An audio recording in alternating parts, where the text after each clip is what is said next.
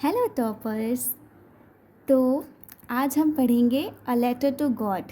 एक बहुत इंटरेस्टिंग सा चैप्टर है और नाम तो सुन ही लिया होगा आपने, क्योंकि ये क्लास 10th का पहला चैप्टर है।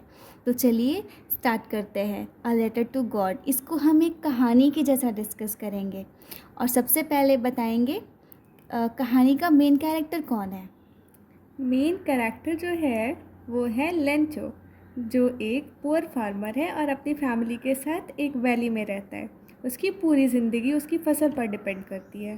अच्छा, तो स्टोरी की शुरुआत किस सिचुएशन से होती है। शुरुआत इस होप से होती है कि आसमान में बादल आते हैं और बारिश शुरू हो जाती है। लेंचो बहुत खुश होता है क्योंकि उसे लगता है कि अभी उसकी फसल अच्छी होगी। लेंचो बारिश को न्यू कॉइन्स क्यों बोलता है। ये क्यों एक बहुत इंपॉर्टेंट टॉपिक है, इसको ध्यान से सुनना। क्योंकि उसके लिए बारिश पैसा और प्रॉस्पेरिटी का सिंबल है। जैसे कॉइन्स धन को दिखाते हैं, वैसे ही बारिश उसके लिए रिच हार्वेस्ट का साइन है। अच्छा, फिर क्या होता है। क्या बारिश उसके लिए बेनिफिशियल रहती है। नहीं, यही टर्निंग पॉइंट होता है। बारिश हेलस्टॉर्म में बदल जाती है और बड़े बड़े ओले गिरने लगते हैं, जिससे उसकी पूरी फसल बर्बाद हो जाती है। ओहो, इस डिस्ट्रक्शन का लेंचो पर क्या इफ़ेक्ट पड़ता है। इससे उसकी पूरी लाइवलीहुड ख़त्म हो जाती है। न खाने के लिए कुछ बचता है, न बेचने के लिए कुछ बचता है। फैमिली स्टारवेशन के डेंजर में आ जाती है। अच्छा, इतनी बड़ी प्रॉब्लम के बाद लेंचो क्या स्टेप लेता है। यहाँ उसका स्ट्रॉन्ग फेथ दिखता है। वो गॉड को लेटर लिखता है और 100 पीसोज मांगता है। ये 100 पीसोस क्या होते हैं। पीसोज जैसे हमारे यहाँ पे रुपीज़ होते हैं, वैसे उनके वहाँ पे पीसोज बोलते हैं। ओके, क्या लेंचो को सच में लगता है कि गॉड उसकी हेल्प करेंगे। बिल्कुल, उसका फेथ बिल्कुल ब्लाइंड और प्योर है। उसे बिल्कुल डाउट नहीं होता कि गॉड उसकी हेल्प नहीं करेंगे। अच्छा अच्छा, तो वो लेटर पोस्ट ऑफिस में देता होगा। तो पोस्ट ऑफिस वालों का क्या रोल होता है इस स्टोरी में। जब पोस्ट मास्टर और एम्प्लॉयज़ लेटर पढ़ते हैं, वो सबसे पहले तो बहुत हंसते हैं, लेकिन फिर लेंचो के फेथ से इम्प्रेस होकर उसकी हेल्प करने का डिसीज़न लेते हैं। हाँ, हंसने की बात तो है ही। फिर वो लोग उसकी हेल्प कैसे करते हैं।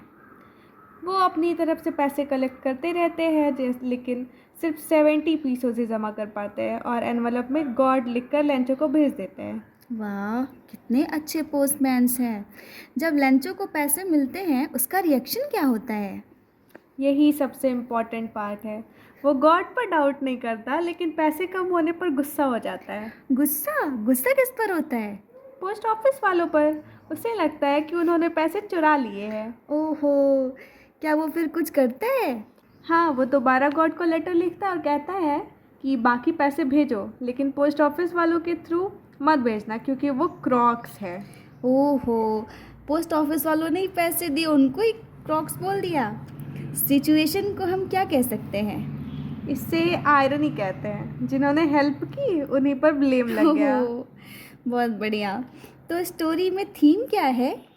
स्टोरी का थीम है faith in God, human kindness और आयरनी ऑफ ह्यूमन बिहेवियर। अच्छा, और लंचो का कैरेक्टर कैसे डिस्क्राइब करेंगे। लेंचो एक बहुत ही ज़्यादा हार्ड वर्किंग इंसान है।